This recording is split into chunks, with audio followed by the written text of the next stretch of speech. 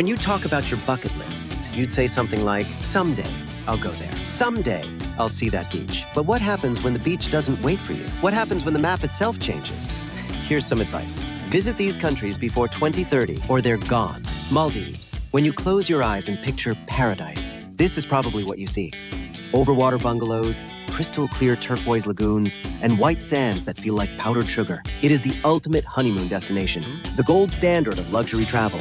It is a chain of 1,200 islands that look like emeralds scattered on blue glass. For the ultimate experience, head to the Ba Atoll, a UNESCO biosphere reserve where you can swim with hundreds of manta rays in Hanifaru Bay. For something surreal, visit Vadhu Island at night, where the sea of stars bioluminescent plankton makes the waves glow neon blue. Whether you are dining 5 meters underwater at Itha or simply walking the powder-soft sands of Mafushi, the beauty here is aggressive. It demands your attention. It is the only place on Earth where the water is clearer than the air. But a very different reality sits just a few feet below those luxury villas. The Maldives is the lowest lying country on Earth. The average ground level is only 1.5 meters above sea level. That is the buffer between an entire civilization and the Indian Ocean. And everyone knows that the ocean is rising. Scientists predict that by 2050, 80% of the Maldives could be uninhabitable. And you can see that the changes are happening now. The government is building seawalls, investing in technology, and they are trying to engineer their way out of extinction. And yet, it all seems to just delay the inevitable. But there's another nation that has a very creative solution to a similar doom: Tuvalu. With 9 islands and about 11,000 people, Tuvalu is a tiny nation, and it is sinking. The foreign minister of Tuvalu famously stood knee-deep in the ocean to deliver a speech to the UN, showing the world exactly what his country is facing. Their tagline is "Timeless Tuvalu." However, with time, this beautiful nation might just disappear forever. In the capital, Funafuti, the international airport isn't fenced off. In the evenings, the runway transforms into a massive public park. You see kids playing volleyball, families sharing stories, and teenagers racing bikes right on the tarmac where jets land. It is the living heartbeat of the nation. This is a place where tourism feels like the wrong word. With less than 4,000 visitors a year, there are no crowds and no guides. You are simply there.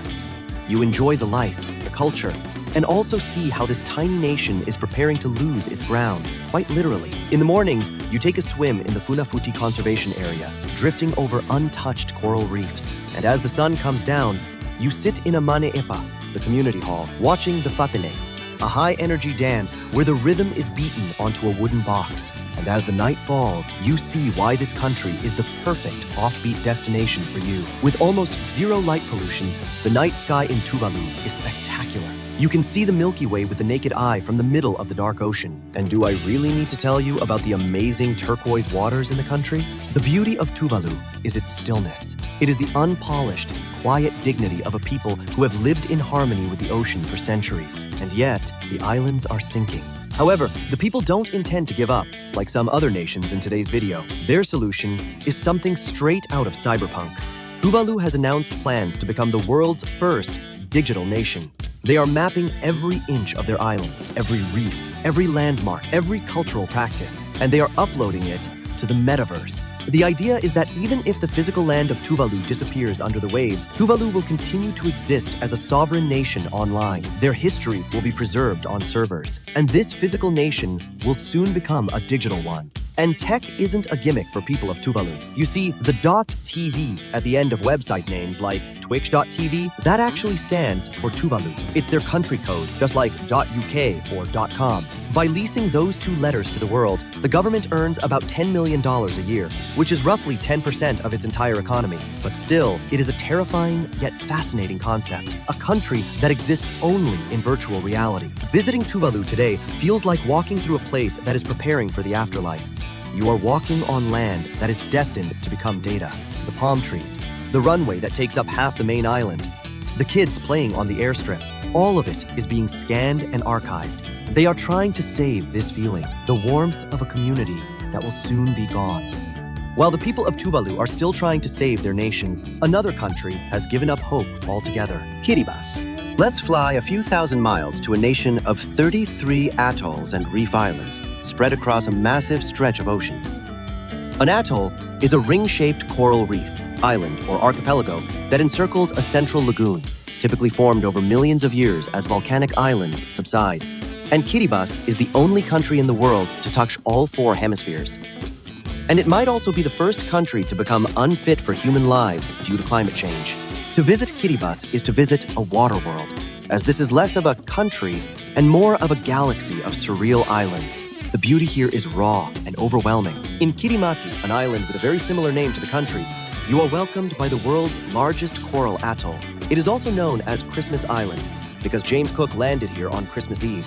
It is a legendary spot for fly fishing and bird watching, where you can walk for miles on white flats without seeing another human soul. For the truly adventurous, the Phoenix Islands protected area offers some of the most pristine, untouched coral reefs left on the planet. This UNESCO World Heritage Site is virtually frozen in time, but the real treasure is the culture. Life here revolves around the Manyeba, the giant, open-sided community meeting halls. Similar concept to Tuvalu, but they call it Manyeba instead of Manyepa. This is where governance, justice, and celebration happen. Visitors are often welcomed here with the traditional greeting, Maori, and treated like family. On the island of Marake, there is even a unique ritual called Tekatanin, where newcomers must travel anti-clockwise around the island to pay respects to the spirits before they are fully welcomed. It is a once-in-a-lifetime experience because it is just so iconic. You are witnessing a resilient, vibrant culture thriving on the very edge of livability, and it might end very soon. The situation in Kiribati is desperate. They have to deal with king tides, which are a lot more deadly than high tides. They smash through seawalls, flood homes, and poison the fresh water supply with salt. You can't drink the water, you can't grow crops, and they render the area not suited for life. Who could have guessed that the very thing that makes these island nations beautiful might end up poisoning their crops? What do you do when your home turns against you? You look for a new one. In a move that stunned the world, the government of Kiribati purchased 6,000 acres of land in Fiji. That is over 1,200 miles away. They plan on moving the nation and the people to a new, more habitable location. This relocation involves more than just buildings. It requires moving an entire culture. The Kiribati people have a deep connection to their land.